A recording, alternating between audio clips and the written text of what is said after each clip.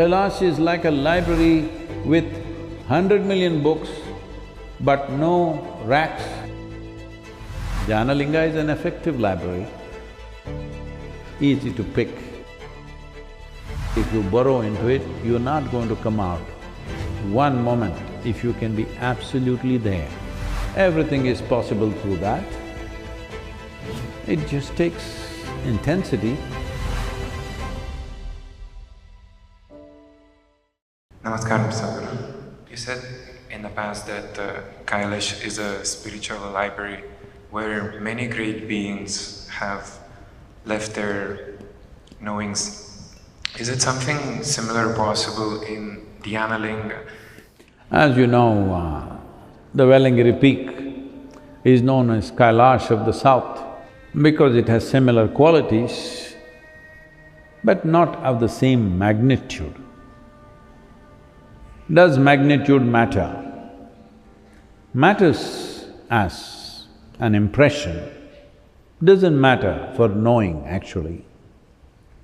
Because suppose you go to your school or let's say your college library, which has maybe 500,000 books. You go to another public library which has 10 million books.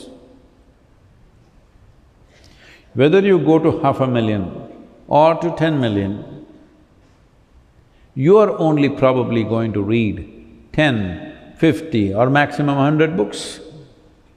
You are not going to read 500,000 books or 10 million books. So, it is only the quality of selection. And if you go to a library with 10 million books, unless there is a very good librarian there, you can't find anything that you want for nuts. Yes, you cannot, unless it's well catalogued. It is not catalogued like that, it's like the matted hair. That's how it is described and that's how it is. It is like the matted hair of Adiyogi. If he does this, whole cataloguing gets disturbed. So you will have to find it. Not that you cannot, but it takes a certain amount of… education to go through the library successfully. Yes, otherwise you'll go stare at all the books. There are all kinds of stuff which are irrelevant to you. So, in that sense, Dhyanalinga is an effective library. We don't have as many books as they have, but we have what is needed, easy to pick, because it's more organized, catalogued. It's just that you have to spend enough time to see. When I say to see, I mean to say, first seeing, then figuring out what is the alphabet, then the word, then the sentence, then trying to understand what does it say. This is the nature of learning anything to be read. So first you must be able to see, then you must be able to identify the alphabet, the word, the sentence and further. Does it take time? Some time, but not necessarily enormous amount of time. It just takes intensity. One moment, if you can be absolutely there, not concerned about the collage that you have built and who you are and what you are and your safety, your well-being and nonsense.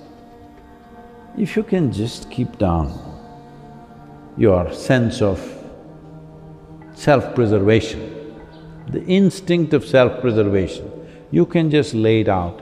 This is why when you're entering Dhyanalinga, there is a yogi on the floor to indicate this is where you must leave yourself and go.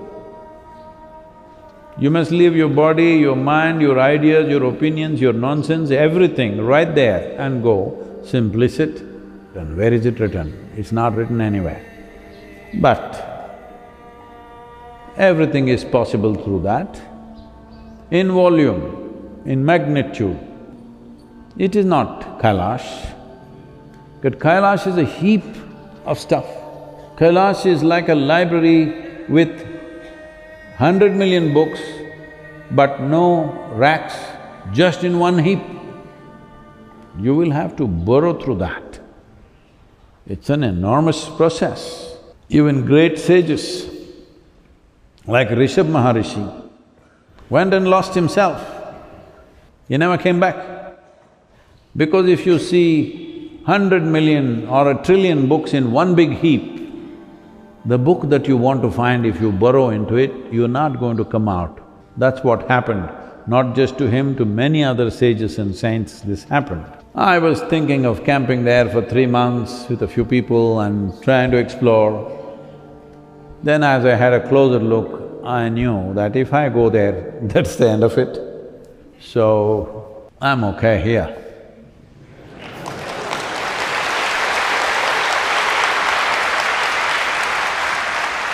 So Dhyanalinga is definitely that kind of possibility, but more succinct, to the point, enough for, I would say, any human being, unless Adiyogi himself comes, then he will say, "Ah, nice toy you have created." Anybody else will look up to it as the greatest peak. Anybody else, only he can look down upon it, but it's okay.